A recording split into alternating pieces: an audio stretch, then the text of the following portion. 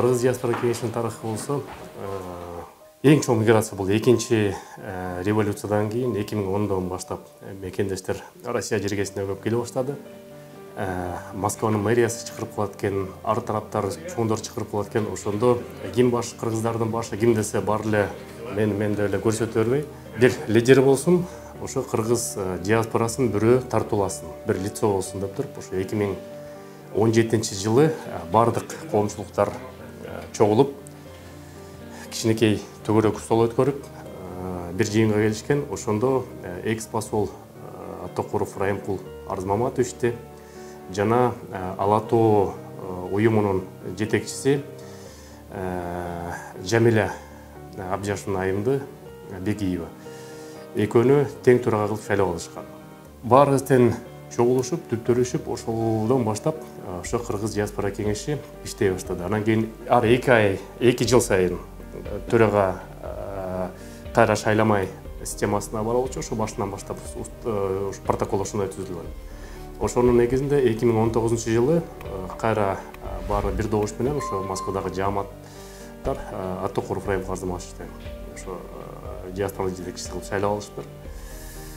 Анан кийин арадан 2 жыл өтүп, 2021-жылы ошо мага дагы ушундай бир кезек келип калды, сунуш келип калды. Ошо Кыргыз диаспора кеңешине кандидатураңызды койбойсузбу деп.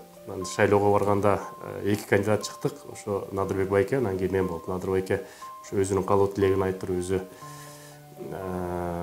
кандидатурасын алгандан кийин анан мен шайланып калдым. Ошо 2 жыл жакында эле өттү. Жакында бир чоң жыйын өткөрүп, итоговый деп койсок болот, отчет жыйынын өткөрдүк. Анан кийин кайра жакында эле вот дагы 2 жылга Кудай буйрса шайладым. Эми 2 жыл силер менен бирге. Здесь вы еще не успели, да?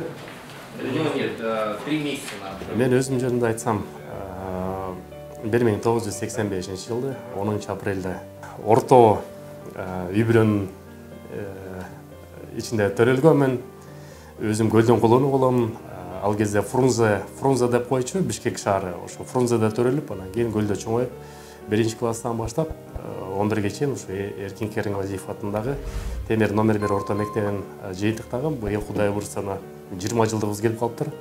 3 балам бар. Келинчегим Жалал-Абад Ала Бука районунан болот, 1-Май айылынан. Бул жерден таанышканбыз. Балдарым бул жакта өсүп, эч качан ойлогон эмесмин. Атам тамашалап айтып берет. 7 түш көрсөм да түшмөй бериптир. Неберелерим менен орусча сүйлөшүп калам деп.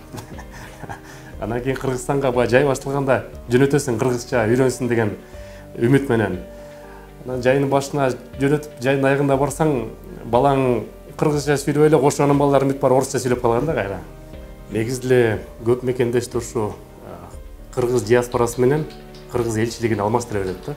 Элчилик, посольство бул эмне? Посольство бул мамлекеттин жүзү. А диаспора бул элдин жүзү.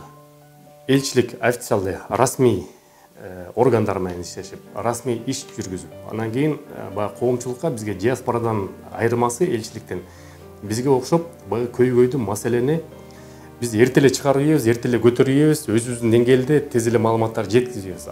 Элчиликте болсо баары бир өзүнүн рамкасы бар. Ошо рамкага чектелүү, алар сөзсүз бир маалымат чыгарганда дагы ошо маалыматты как центрге Кыргызстанга борборго жөнөтүп, борбордон уруксаат алып, оңдоп кайра уруксаат алган чакта убакыт өтүп кетет. Ошон үчүн кээде мындай диаспоранын иш чарасы, алып бараткан жумуштары, элге берген маалыматы тезирээк, анан эффективдүүрөөк да. Анан кийин элчилик менен биз тандем катары иштешебиз. То есть эч кандай биз конкурент эмеспиз, тандем катарында иштеп туруп, то есть орусча айтканда взаимодополняем друг друга. Бири-бирибизди жетишпеген жерибизди камсыздап, эгерде мага диаспоранын көйгөйлөрү, жумуштар болсо, элчилик менен, элчиликтин өкүлдөрү менен, консул менен непосредственно сүйлөшүп, алар менен чечип, диаспорадан кандай бир кызмат келсе алар бизге кайрылышат, биз өзүбүздүн деңгээлибизде. Диаспоранын структурасы кандай? Ар бир областтын өзүнүн жетекчилери бар, райондун өзүнүн жетекчилери бар, ар бир айылдын өзүнүн жетекчиси бар. Ошондо 10 башы, 100 башы, 1000 башы деп койсок деле туура болот да. Кыргызстандын эле аналог системасы губернатор, аким жана айыл өкмөт. Ошондой эле бизде эле ошо коомчулук, Москвадагы коомчулук ошондой өзүбүзгө структура түзүп алганбыз. Бизде ар тармактар бар диаспорада, маданият тармагы, спорт тармагы, өзгөчө кырдаал тармагы, юридикалык тармагы, жаштар канаты, аялдар кеңеши, ошентип ар тараптан жумуштар алып баратабыз. Бул жаатында баягы өзүбүздүн диаспораны күчтөнтүп, диаспора институтун дагы күчтөнгөнгө өзүбүздүн салымды кошобуз. Алло, саламатсызбы, Кыргызстан Ушул жерден пайдаланып туруп, жанагы диванный эксперти деп коебу, ошолорго бир кайрылып кетейин.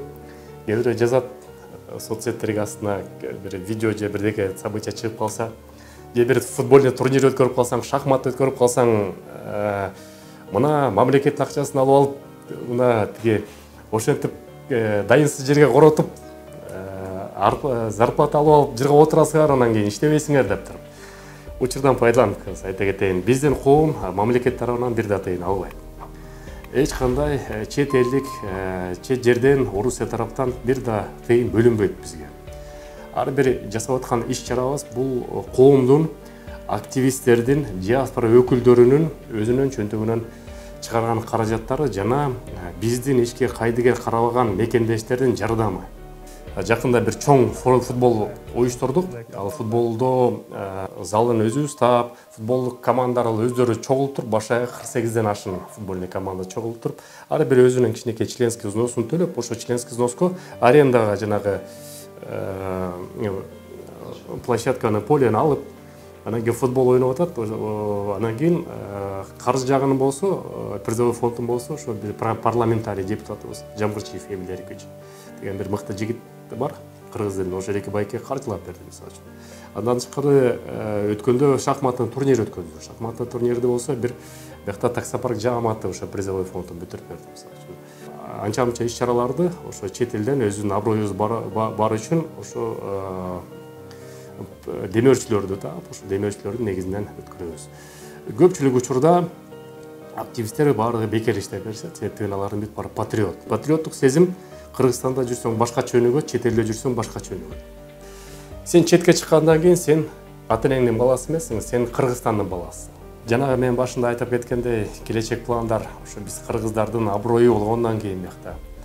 Негизи эле эр жигитке элине кызмат кылгандан өтөр бакыт жок деп коет экен.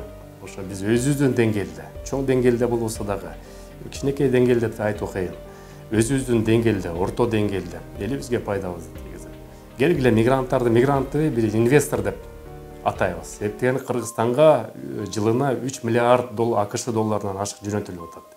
Кыргызстандын ички дүң продукциясынын 3/1 бөлүгүн мигранттар жөнөтүп атат. Келгиле инвестор деп атайбыз деп бир сунуштары болду эле. Ошол сунуштар менин оюмча ишке ашат деген чоң тилектемин.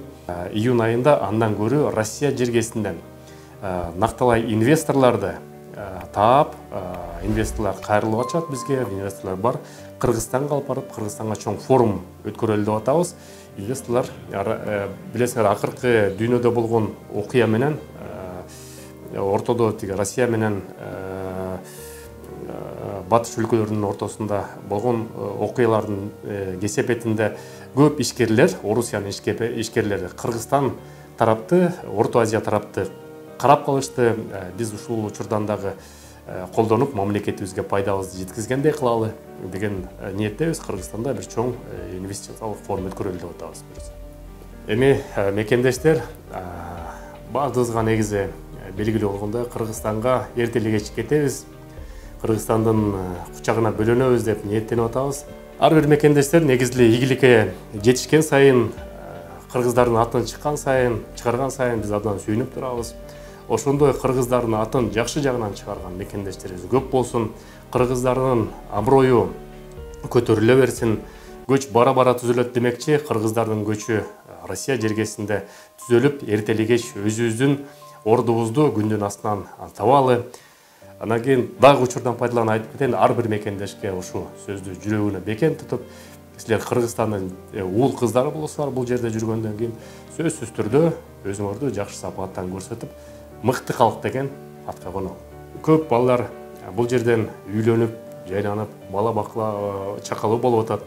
Мисалы үчүн тилекке каршы биздин балдар кыргыз тилинде көп сүйлөбөй калат, орус тилинде сүйлөп септеген. Ошондой жашоонун тагдыры ушундай экен. Эрте эле кеч балдарыбыз менен Кыргызстанга көчөлү, ага дагы мамлекет шарт түзүп берсе, биз дагы аракет кылсак, баары жакшы болот мекендештер.